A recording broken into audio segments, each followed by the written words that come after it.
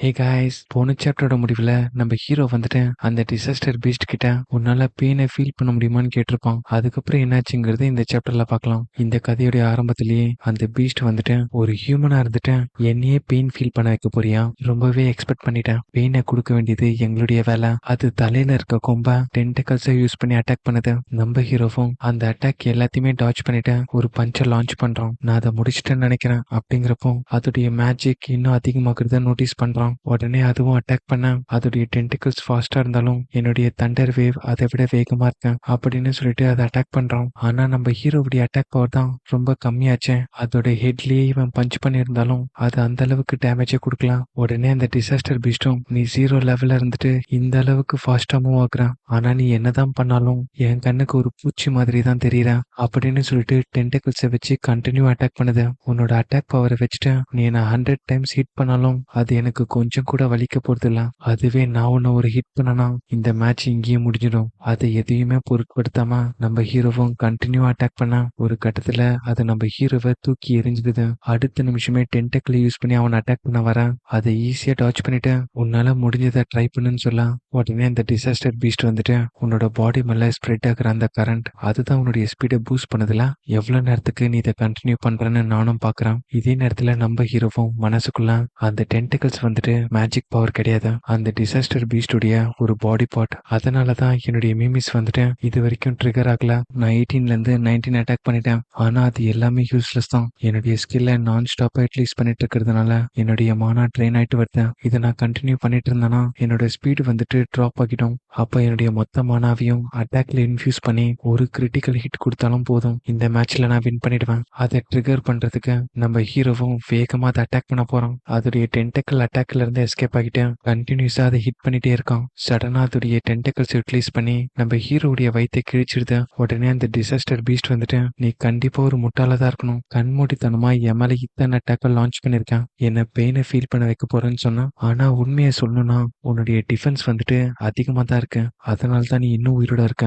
இதே நேரத்துல நம்ம ஹீரோவும் சிரிச்சுக்கிட்டே அந்த கிரிட்டிக்கல் ஹிட்டை இப்ப அது மேல லான்ச் பண்றான். அந்த அட்டாக் வந்துட்டு உண்மையிலேயே மேசிவா இருந்திருக்கும். இதை வாங்கின அந்த பீஸ்டும் என்ன நடந்துச்சுங்க, எப்படி அவனுக்கு சடனா இந்த அளவுக்கு பவர் வந்துச்சு. உடனே ஹீரோவும் மனசுக்குள்ள நான் எதிர்பார்த்ததை விட இந்த அட்டாக் ரொம்ப ஸ்ட்ராங்கா இருக்கு, எனக்கு ஆல்ரெடி இன்ஜூர் ஆயிருந்தாலும் அந்த பெயினை என்னால ஃபீல் பண்ண முடியல, இது ரொம்பவே அமேசிங்கா இருக்கு. உடனே அந்த டிசாஸ்டர் பீஸ்ட் கிட்ட போயிட்டு உன்னால பெயினை ஃபீல் பண்ண முடிஞ்சான்னு கேட்க அடுத்த நிமிஷமே அதோட ஃபேஸ்ல கையை வைக்கிறான். உடனே அதுவும் மனசுக்குள்ள ஒரு லோ லெவல்ல இருக்க ஹியூமன் வந்துட்டு என்னை டிஃபீட் பண்றதுக்கு வாய்ப்பே இல்ல, எனக்கு தெரிஞ்சு அவன் லெவல் 40ல இருக்கணும், அவனோட ஸ்டேட்டஸை ஃபேக் பண்ணிருக்கணும். அடுத்த நிமிஷமே நீ என்ன பண்ற அப்படிங்கிறப்போ நம்ம ஹீரோ வந்துட்டு இதுக்கு முன்னாடி நான் டிஃபீட் பண்ண பீஸ்ட் எல்லாமே இன்டெலிஜென்ட் இல்லைங்கிறதுனால அதுங்களால பெயினை ஃபீல் பண்ண முடியல, ஆனா உன்னால பெயினை ஃபீல் பண்ண முடியும், உன்னோட அலறல் சத்தத்தை கேட்க நான் ரொம்ப ஆர்வமா இருக்கேன். உடனே அந்த டிசாஸ்டர் பீஸ்டும் மனசுக்குள்ள அதுக்கெல்லாம் வாய்ப்பே இல்ல, உன்னால என்னோட ஹெட்டை கிரஷ் பண்ண முடியாது அப்படிங்கிறப்போ நம்ம ஹீரோ வந்துட்டு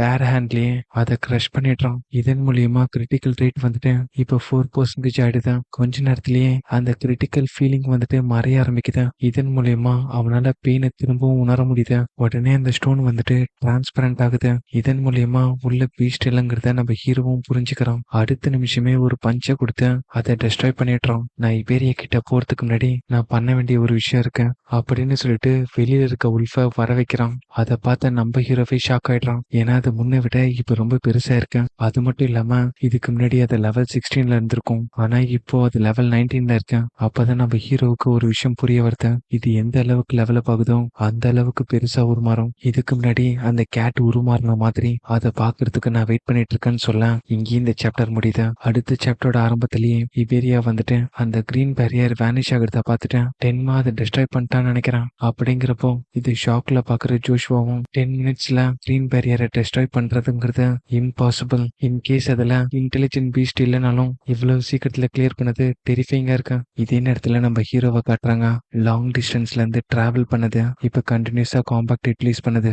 இது ரெண்டும் சேர்ந்து என்னுடைய ஸ்டாமினாவை ஃபுல்லா ட்ரெயின் பண்ணிடுச்சு. அது மட்டும் இல்லாம இவ்வளவு பிளட் லாஸ் ஆனது, என்னோட லிமிட்டை நான் ஆல்ரெடி மீட் பண்ணிட்டேன். உடனே அவனுடைய உல்ஃபை கூப்பிட்டு உன்னால மேஜிக்கல் எனர்ஜியை ட்ராக் பண்ண முடியும்ல, அப்படின்னா இபேரியாவுடைய மேஜிக்கல் எனர்ஜியை ட்ராக் பண்ணி என்னை அந்த இடத்துக்கு கூட்டிட்டு போன்னு சொல்ல உடனே அது வந்துட்டு நம்ம ஹீரோவை கேரி பண்ணிட்டு ஓட ஆரம்பிக்குது. இதே நேரத்துல அந்த சத்தத்தை கேட்ட ஜோஷ்வாவும் பேரியர் டெஸ்ட் ஆனதுக்கு அப்புறமும் அதுங்க எப்படி இன்னும் இந்த இடத்துல இருக்குதுங்க. உடனே இபேரியா கிட்ட நீ உள்ள போன்னு சொல்ல அந்த சத்தத்தை கவனிச்சு அவனும் இதை நான் எங்கேயோ கேட்ட மாதிரியே இருக்கேன் அப்படிங்கிறப்போ ஜோஷ்வா அவனுடைய ஸ்வாட் ஆக்டிவேட் பண்ணிட்டு அது ரொம்ப கிட்ட வந்துருச்சுன்னு சொல்லிட்டு அதை அட்டாக் பண்ண போக அப்பதான் நம்ம இபேரியாவுக்கு அது ஹீரோவுடைய ஷிகியாமின்னு தெரிய வருது.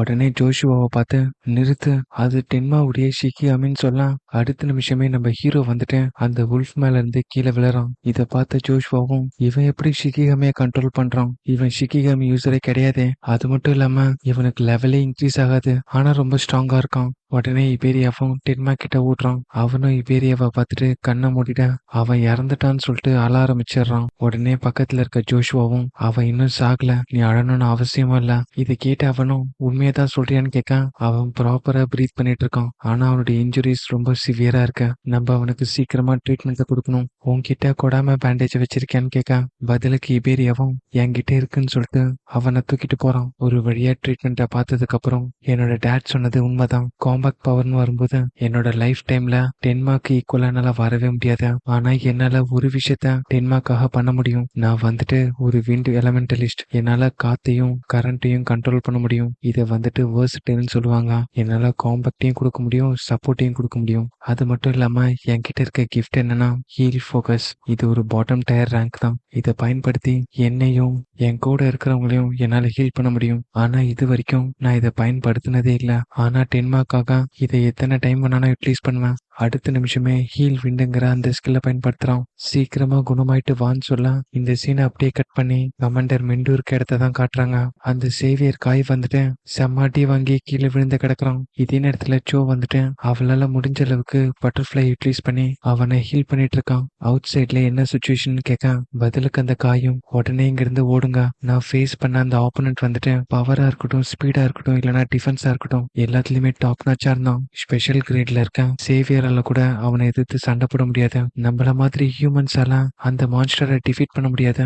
ஆக்சுவலா அந்த டிசாஸ்டர் பீஸ்டுடைய நேம் வந்துட்டு மினட்டோர், லெவல் வந்துட்டு 81. உடனே கமாண்டர் மெண்டுவை பார்த்துட்டு ப்ளீஸ் இங்க இருந்து போயிடுங்கன்னு சொல்ல அந்த இடத்துக்கு அந்த மினட்டோர் வரான். உன்னோட கெட்டப்ப வச்சு பார்த்தா நீ தான் இசுமி மெண்டோவா இருப்ப, என்னோட டார்கெட்டை எவ்வளவு சீக்கிரம் கண்டுபிடிப்பேன்னு எதிர்பார்க்கலாம் அப்படின்னு சொல்லிட்டு அவர் அட்டாக் பண்ண போக கமாண்டர் மெண்டு வந்துட்டு அப்ப நான் நினைச்ச மாதிரியே இதுங்களுடைய டார்கெட் நான் தான் அப்படிங்கிறப்போ அந்த மான்ஸ்டர் பண்ண அட்டாக்ல அந்த இடமே அதிர ஆரம்பிக்குது. இதை பார்த்த காயும் எல்லாம் முடிஞ்சதுன்னு நினைக்க நம்ம கமாண்டர் வந்துட்டு இன்னும் உயிரோட தான் இருக்காரு, நீ ரொம்ப லேட்டா வந்துட்டேன்னு சொல்ல ஆக்சுவலா அந்த அட்டாக்க நம்ம ஹீட்டன் தான் பிளாக் பண்ணிருப்பான், அதுவும் ஒரே கையில. பதிலுக்கு அவனும் கொஞ்சம் லேட் ஆயிடுச்சு, இதுக்கப்புறம் நான் பாத்துக்கிறேன்னு சொல்ல இதை கேட்டு அந்த மென்டாரும் நீ எங்க இருந்து வந்தேன்னு எனக்கு தெரியல, ஆனா உனக்கு ரொம்ப தான் வாய் அப்படின்னு சொல்லிட்டு அவனை அட்டாக் பண்ண இதை பார்த்த காயும் கொஞ்சம் கேர்ஃபுல்லா இருங்க, அவர் ரொம்ப ஸ்ட்ராங்கா இருக்கான்னு சொல்ல இதே நேரத்துல நம்ம ஹீட்டன் வந்துட்டு ஒரே பஞ்சில் அதை பீஸ் ஆக்கிட்டான். இதை பார்த்த அந்த சேவியரும் அப்ப இதுதான் ஸ்பெஷல் கிரேட்டுடைய ட்ரூ பவரான ஷாக் ஆயிட்டான். உடனே சோ வந்துட்டு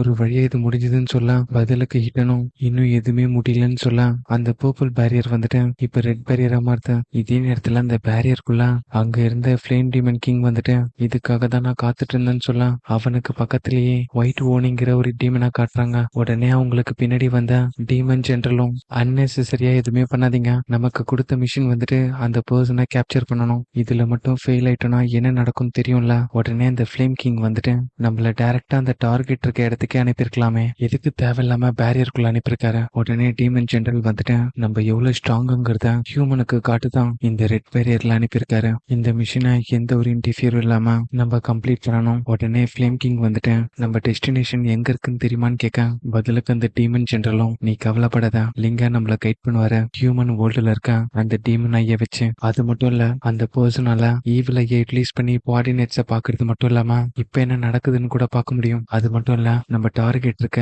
அதே லொகேஷன்ல தான் அவனும் இருக்கான் அப்படின்னு சொல்லும் போதே நம்ம ஹீரோ வந்துட்டு அந்த இடத்துல எழுந்துக்கிறான். அவனோட கண்ணை பாத்தீங்கன்னா உங்களுக்கு தெரியும், அவங்க தேடுற அந்த ஈவில் ஐ இவன் தான் நினைக்கிறான். இதோட இந்த சாப்டர் இங்க முடியுது. அடுத்தடுத்த சாப்டர் பாக்குறதுக்கு இந்த வீடியோக்கு ஒரு லைக் போட்டு நம்ம சேனலை சப்ஸ்கிரைப் பண்ணிக்கோங்க. அடுத்த சாப்டர்ல உங்களை சந்திக்கிறேன்.